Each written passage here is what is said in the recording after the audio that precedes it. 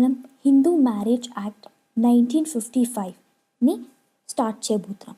So ఈ video మనం చూడబోయేది ఏంటంటే మ్యారేజ్ అంటే ఏంటి, what are the objects of marriage and the forms of marriage. So మనం ఇప్పుడు ఈ వీడియోలో ఈ 3 ఆస్పెక్ట్స్ని చూడబోతున్నాం.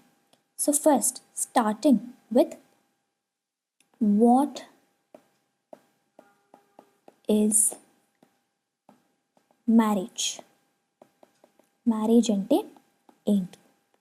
So marriage is the nucleus of the family. ఇదేంటంటే it is the union of man and women is legalized. So ఎప్పుడైతే ఒక మ్యాన్ అండ్ విమెన్ యొక్క యూనియన్ కనుక లీగలైజ్ అవుతుందో దాన్ని మనము మ్యారేజ్ అని అంటాం. సో దీంట్లో మనం చూడబోయేది ఏంటంటే హిందూ రిలీజన్ ప్రకారము మ్యారేజ్ అనేది ఒక permanent and indissoluble eternal union of a male and a female. So ఇది మనకి ఒక శాశ్వతమైన బంధం అండ్ దీన్ని ఎవరు విడదీయలేరు. అండ్ ఇది ఒక జీవితం అంటే ఒక మ్యాన్ ఒక ఫీమేల్ వాళ్ళ ఒక యూనియన్ అనేది మనకి మ్యారేజ్. సో ఇది బ్రేక్ అవ్వడం అలాంటి ఆస్పెక్ట్స్ అన్నీ మన ఒరిజినల్ హిందూ రిలీజన్ ప్రకారము ఉండవు. సో ఇది మనకి మ్యారేజ్ అంటే it is nucleus of the family. So marriage అంతా కలిస్తేనే మనకు ఒక ఫ్యామిలీ అనేది ఏర్పడుతుంది అండ్ గ్రూప్ ఆఫ్ ఫ్యామిలీస్ మనకి సొసైటీగా ఫామ్ అవుతుంది and society together will form the nation. So ఇది ఆల్రెడీ మనం ఫస్ట్ వీడియో ఆఫ్ ఫ్యామిలీ లాలో చూసాం. And marriage is a union of man and women is legalized. ఎప్పుడైతే లీగలైజ్డ్ అవుతుందో అప్పుడే దాన్ని మనం మ్యారేజ్ అని అంటాం. అకార్డింగ్ టు హిందూ రిలీజన్ మనకి marriage is a permanent and indissoluble eternal union. So ఇప్పుడు what are the objects of marriage. మనకి మ్యారేజ్కి బేసిక్గా 3 ప్రైమరీ ఆబ్జెక్టివ్స్ అనేవి ఉంటాయి. అవి ఏంటంటే ధర్మ సంపత్తి, ప్రజా సంపత్తి అండ్ లాస్ట్ వన్. సో ధర్మ సంపత్తి అంటే ఏంటంటే the main objective of marriage is ధర్మ. సో ఇప్పుడు మన వేదాస్ ప్రకారము మనము యజ్ఞాలు అండ్ సాక్రిఫైజెస్ యాగాలు అవన్నీ చేయాలి. సో అవన్నీ చేయాలి అంటే man should have a wife. So ఒక వైఫ్ లేకపోతే యజ్ఞాలు యాగాలు చేయడానికి వాళ్ళు దే కాంట్ డూ. సో ధర్మ సంపత్తి అంటే performing the yajnas and sacrifices. So ఇది పర్ఫామ్ చేయాలంటే వైఫ్ ఉండాలి. వైఫ్ ఉండాలంటే we have to get married. So the primary objective of marriage is to perform the rites of dharma. So honouring the guests. So గెస్ట్ని మనం honour చేయాలన్నా సరే మనకి marriage is very important. So యజ్ఞాలు చేయాలన్నా యాగాలు చేయాలన్నా లేకపోతే ఇంటికి వచ్చిన అతిథులకి మర్యాద చేయాలన్నా సరే వైఫ్ అండ్ ఒక వైఫ్ అనేది ఉండాలి.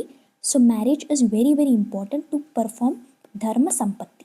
So next one is the ప్రజా సంపత్తి అంటే for son in the sense it is for the children. So son అంటే మనము పుత్ర అని అంటాం. దాని అర్థం ఏంటంటే సాల్వేషన్. సో మన 4 fathers వాళ్ళందరి సాల్వేషన్ చేయాలి అంటే మనకి చిల్డ్రన్ మనకి సన్ ఉండాలనేది మన హిందూ స్క్రిప్చర్స్లో ఉన్న ఒక మాట. సో ప్రజా సంపత్తి అంటే you will get children out of marriage. So marriage అంటే it is legalized union of a man and a women.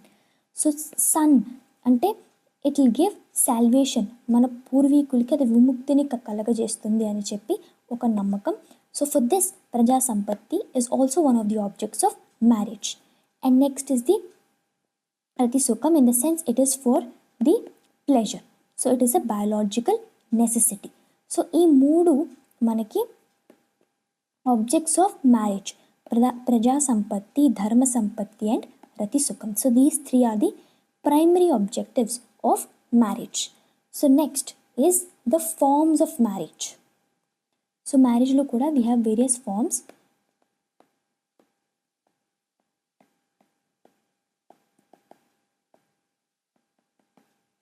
Forms of marriage. So we have two kinds of marriage. One is the approved forms, that is the regular forms, and inkokati unapproved forms,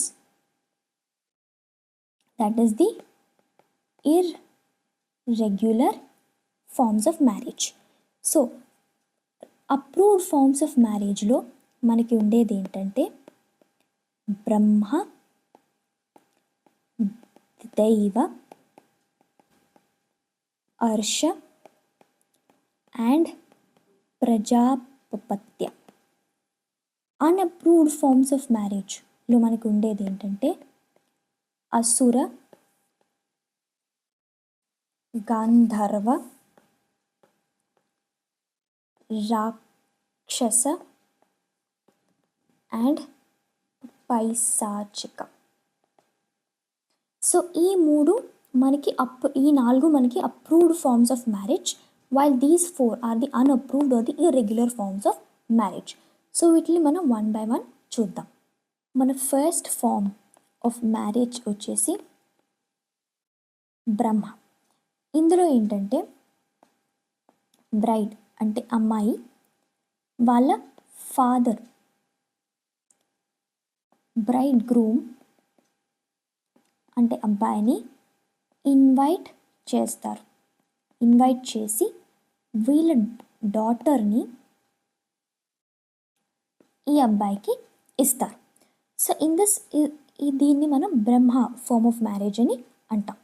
so ఇందులో ఏంటంటే ఈ అమ్మాయి యొక్క పేరెంట్స్కి there is no consideration. So వాళ్ళు వాళ్ళ డాటర్ని గిఫ్ట్గా ఈ అబ్బాయికి ఇస్తారు.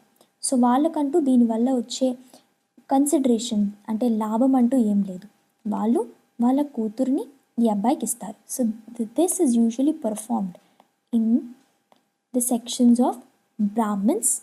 అండ్ దీంట్లో మనం గుర్తుపెట్టుకోవాల్సింది ఏంటంటే ఇక్కడ దీంట్లో కన్సిడరేషన్ అంటూ ఏమీ ఉండదు. ఇట్స్ జస్ట్ దాట్ అమ్మాయి వాళ్ళ ఫాదర్ అబ్బాయిని పిలిచి వాళ్ళ అమ్మాయిని ఆ అబ్బాయికి ఇస్తారు. సో ఇది మనకి Brahma form of marriage. And then the second one is the Daiva. So ఇందులో ఏంటంటే అమ్మాయికి ఆర్నమెంట్స్ అన్నీ బాగా వేసి ఆ అమ్మాయిని ఒక ప్రీస్ట్కి గిఫ్ట్ చేస్తారు. సో ఎప్పుడైతే ఒక అమ్మాయికి బాగా ఆర్నమెంట్స్ అన్నీ వేసి ఒక ప్రీస్ట్కి ఆ అమ్మాయిని కనుక గిఫ్ట్ చేసినప్పుడు అది దైవ ఫార్మ్ ఆఫ్ మ్యారేజ్ అనేది అందులోకి వస్తుంది. And then the third one is the అర్ష. సో ఇందులో ఏంటంటే బ్రైడ్ యొక్క ఫాదర్కి బ్రైడ్ గ్రూమ్ ఒక 2 pairs ఆఫ్ కౌస్ని ఇస్తారు. సో ఇట్ ఈస్ లైక్ ఆ అమ్మాయిని చేసుకోవడానికి ఆ అబ్బాయి వాళ్ళ ఫాదర్కి 2 pairs ఆఫ్ కౌస్ ఇచ్చినట్టు ఉంటుంది. But at the end of the day అమ్మాయితో పాటు మళ్ళీ అవి అబ్బాయి దగ్గరికే వెళ్తాయి. సో ఇనీషియల్గా అమ్మాయి వాళ్ళ ఫాదర్కి ఇవి ఇస్తారు. బట్ ఎప్పుడైతే ఈయన అమ్మాయితో ఆ అబ్బాయిని ఇచ్చేస్తారో దాంతోపాటు ఈ 2 pairs ఆఫ్ కౌస్ ఏవైతే ఈ అమ్మాయి వాళ్ళ ఫాదర్కి ఇచ్చారో అవి కూడా వెనక్కి ఇచ్చేస్తారు. సో ఇది మనకి అర్ష ఫార్మ్ ఆఫ్ మ్యారేజ్ కిందకి వస్తుంది. And then the fourth one is the Prajapatya. So ఇందులో ఏంటంటే the father addresses the bridal couple, may both of you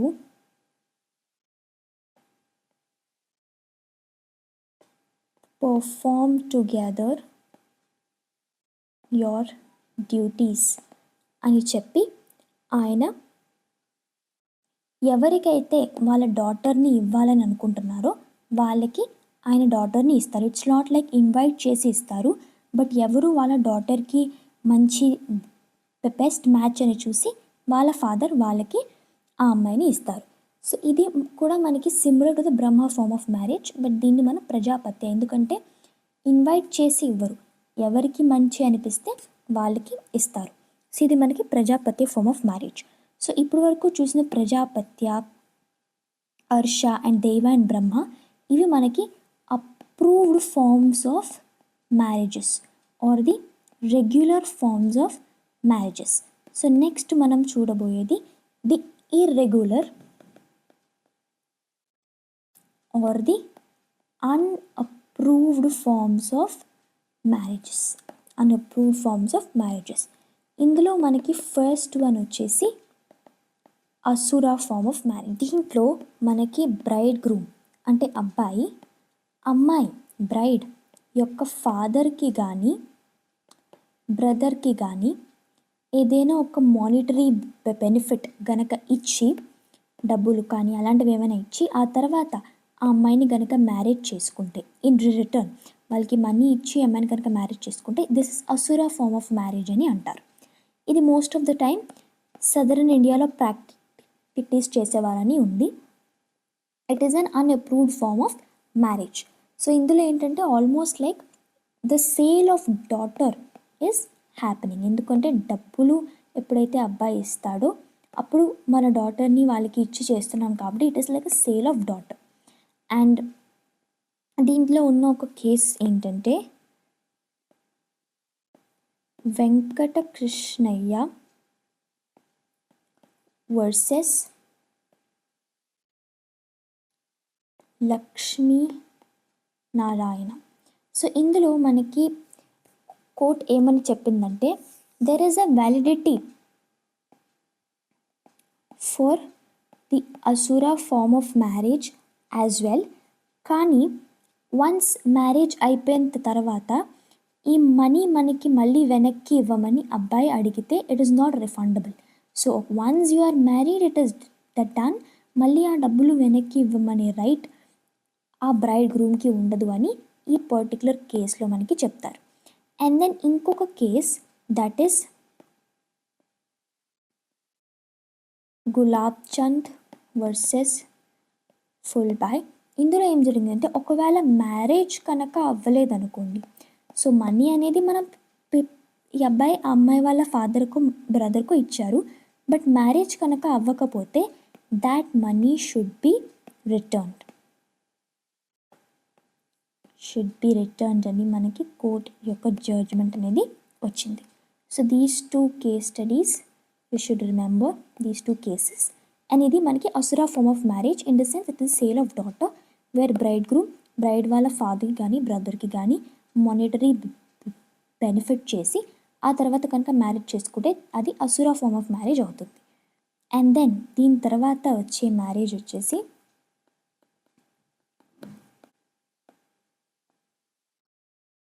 Gandharva form of marriage. ఇదేంటంటే it is love marriage. So ఇది మనకి love marriage where both male and female కనుక వాలంటరీగా mutual అగ్రిమెంట్తో కనుక వాళ్ళు marriage చేసుకుంటే అప్పుడు ఇది గంధర్వ ఫార్మ్ ఆఫ్ మ్యారేజ్ అవుతుంది. అండ్ మనకి మెడ్రాస్ హైకోర్టులో కూడా it has told that Gandharva marriages are legal.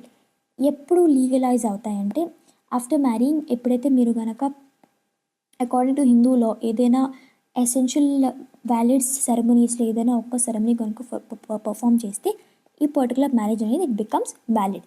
So ఇది మనకి Gandharva form of marriage in the sense it is a love marriage.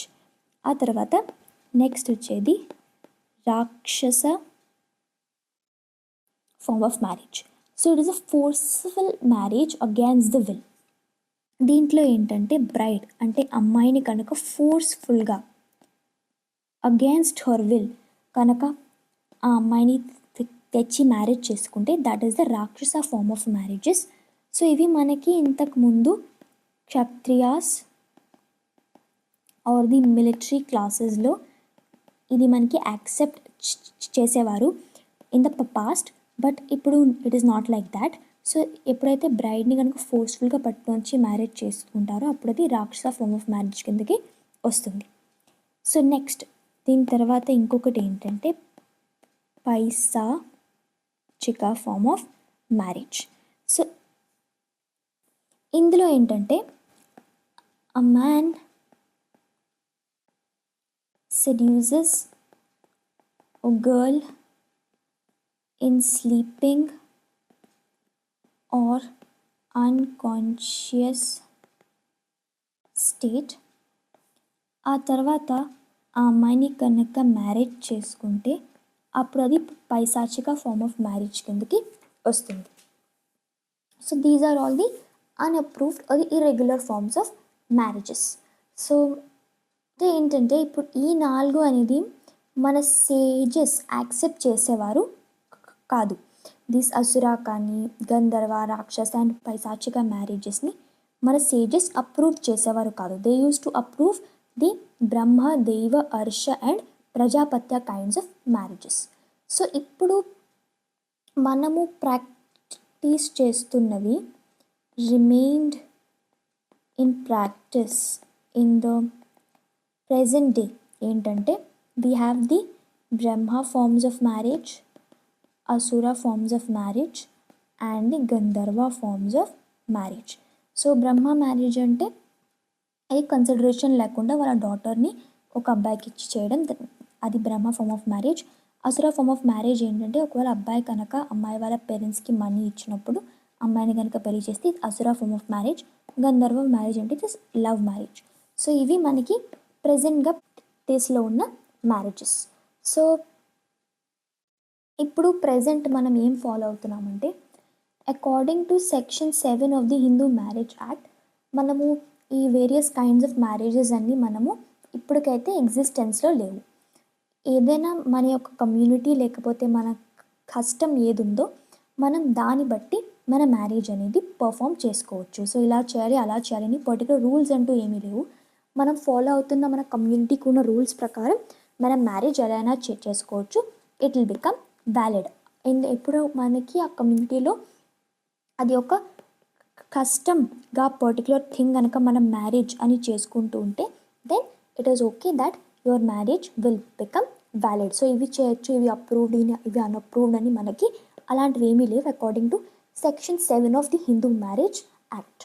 దీంతో మనకి మన ఈ వీడియో యొక్క ఆబ్జెక్టివ్స్ అన్ని కంప్లీట్ చేసాం. What is marriage, objects of marriage and the forms of marriage. So with this మనకి ఈ బేసిక్ 3 పాయింట్స్ అనేవి కంప్లీట్ అయ్యాయి. In the next part, we will be starting with the conditions of a marriage, valid marriage.